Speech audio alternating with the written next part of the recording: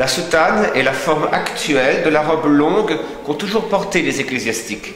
Le vêtement long est le vêtement des activités de la vie pacifique, par opposition aux soldats qui portaient la culotte, notamment pour monter à cheval, ou même aux vêtements de travail qui étaient un vêtement plus court.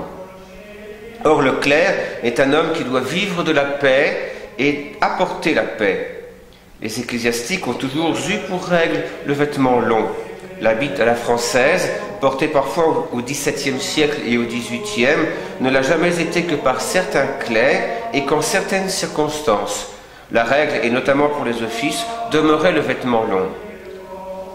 C'est aussi un vêtement qui, par sa forme, favorise la modestie, et chez le clerc lui-même, et chez ceux qui le fréquentent. Le nom de soutane vient de l'italien et signifie vêtement de dessous, par opposition soit au manteau, soit aux ornements sacrés qui se portent dessus. Par sa forme ample, la soutane symbolise l'universalité de la charité sacerdotale et par sa longueur, la persévérance dans le bien. À la fin du Moyen-Âge, sa couleur s'est peu à peu fixée. Le noir pour les simples prêtres ou les clercs inférieurs, ou les pieux laïcs agrégés au clergé par la profession religieuse, ou le noviciat, ou le séminaire, quand ils ne portent pas un vêtement long différent, fixé par leur constitution religieuse, comme dans les ordres monastiques ou mendiants. Le noir, dis-je, désigne le deuil du monde, le deuil de ce monde. Le clerc doit rompre avec l'esprit du monde, dont le prince est le démon, a dit notre Seigneur, et porter sa croix en son âme, selon la demande du Sauveur, afin de vivre de l'esprit de Jésus-Christ.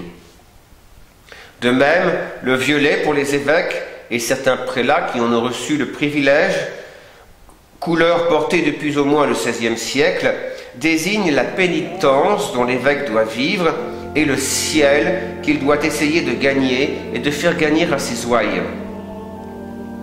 Le rouge pour les cardinaux, inspiré de l'ancien costume des chanoines comtes de Lyon, leur fut donné en 1245 par le pape Innocent IV, qui séjournait alors à Lyon, et désigne le sang que les cardinaux doivent être prêts à verser en mourant martyrs pour la défense de la foi de Jésus-Christ.